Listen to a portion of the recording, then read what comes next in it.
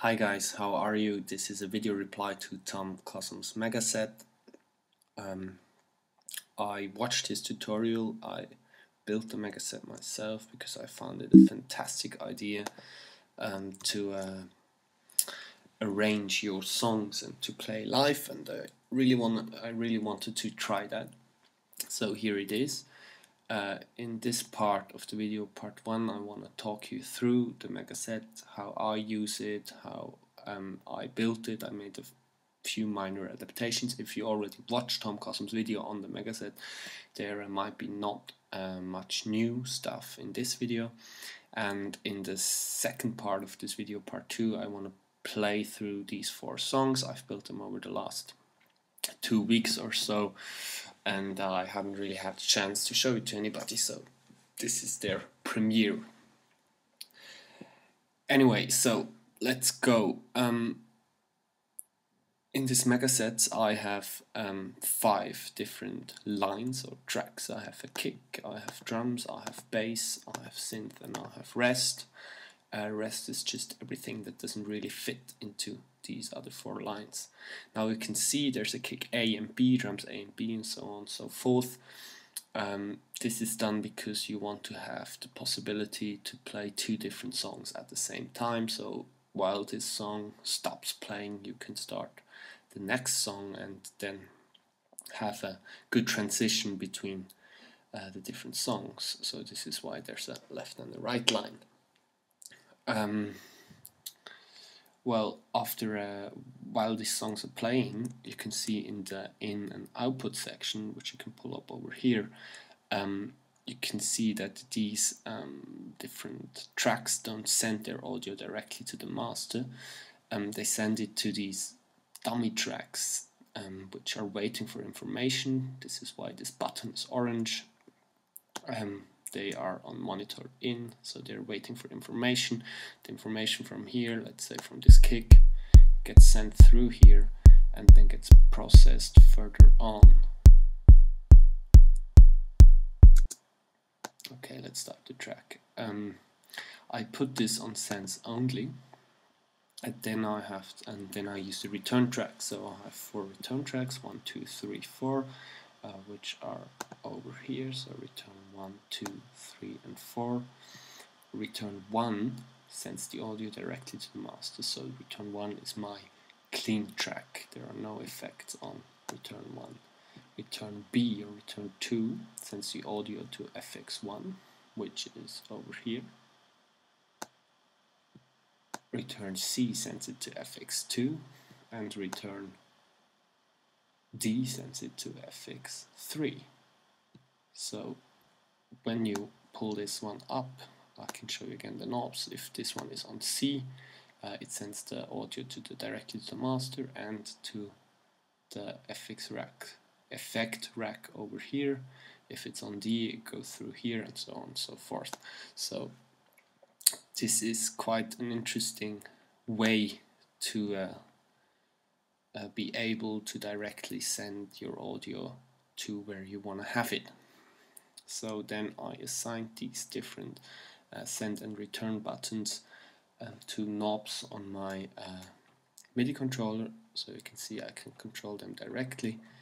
If I want to send them somewhere else, I can, turn on an effect and fade it out. I can play around however I like to. So let me just show you quickly what I have on the effect tracks. On the FX1 I have 4 beat repeats. They are at different intervals, and the chance is at 50%, so it diverses the sound every time in a bit of a different way. After that there's an auto filter and a grain delay, and the frequency of the auto filter and the pitch of the grain delay are both mapped to this macro, so you can play around with that one.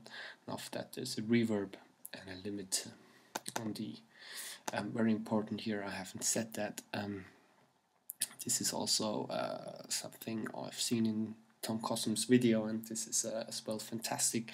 So the audio comes from the return track over here. This is return B, and sends it to FX1, and then doesn't go directly back to the master, but it goes through all these channels. So this one, the audio from here goes to FX1B, and the audio from here goes to FX1C, and then it goes to the master. So this gives you the opportunity to be able, with just one knob, have 3 effect racks, and you can, you know, turn these on and off however you like. So you can choose which effects will happen or will take place and which not.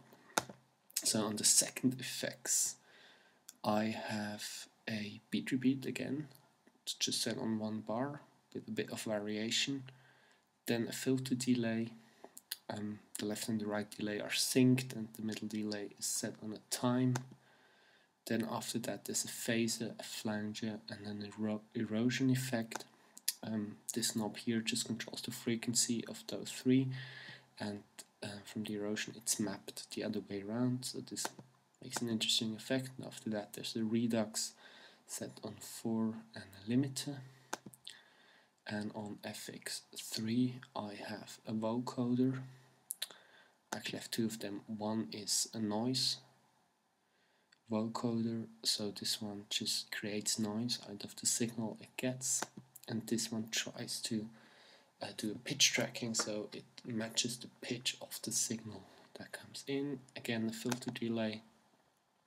Then here's, on this chain there's a reverb. The reverb gets compressed by this effect, so when audio is here the reverb doesn't hit in. When the audio is gone, the reverb hits in.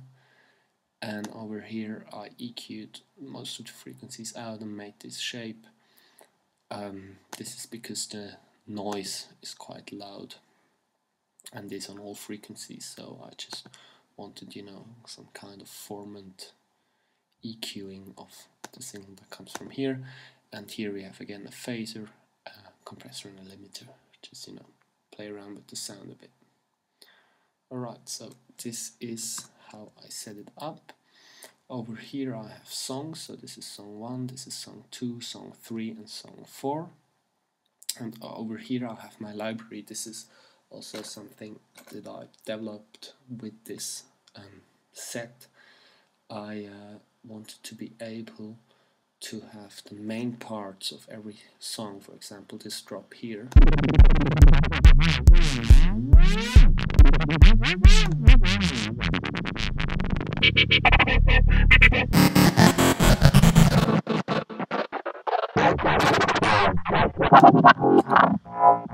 I wanted to have this drop in a library where I can play it as a loop. So it's here again, and it's on both sides. So I have every element, or every important element of my songs in here, and they loop, which is a big difference to over here, because here I have set the follow action. After 8 bars go to the next one. So if I play this,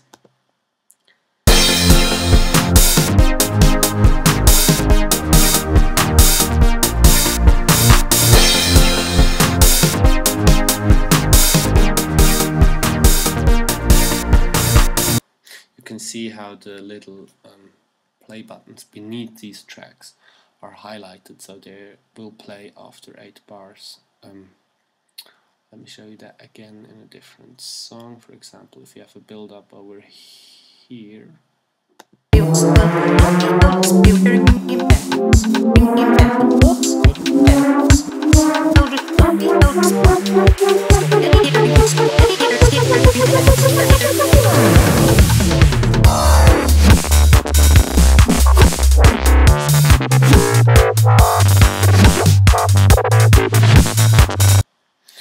you can see how the clip directly jumps to the next one. So the song plays through automatically. I don't really have to do anything, but if I choose to, I can mess around with all the effects and all the different synth in here and all the different instruments. So this is what the real advantage of this set is.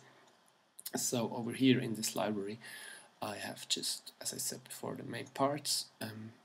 This gives me again the opportunity to mix them again together, especially for transitions between songs. This is quite handy, so I could have the bongos from here have this voice. We will not be held responsible for any hearing impairments or damage caused to you from excessive exposure to this sound. For example, I could stop it again. Okay, and then I stop all the clips. Alright, and over here, this is something that is in development. I have my loops, and these are loops that I create on the go. Momentarily they're only drum loops, because over here I have my pink lines, and my pink lines are MIDI instruments. I think in the near future there will also be some synth and stuff, so I can play live, and I can make loops live. So again, in my input-output settings, this audio goes to MIDI Q. From the MIDI Q it goes to the master. The MIDI return takes the audio from the MIDI Q. So if I play something over here, it goes to the MIDI Q, and if I choose to record it, it records it over here into a sample. I can drag that sample into the loop. So these are samples that are not song related, but just sitting there to be played as well. As I said, mostly drums loop, stuff like that. A reverse snare and stuff that makes the tune more interesting. Okay, so I think I've covered the most important parts of this set. As you can see, I like to keep things tidy. You know, I colored everything accordingly. This just helps me to orientate myself. Black clips are just clips that are empty. There's nothing in there, just so I know that I don't play them. And yes, I think that's it for part 1. As I said, in part 2 I will play through the 4 songs. You can watch. I think interesting will be those levels over here, because I will try to play around a bit with them. I'm not very experienced. It's mostly just for fun. Alright, cheers.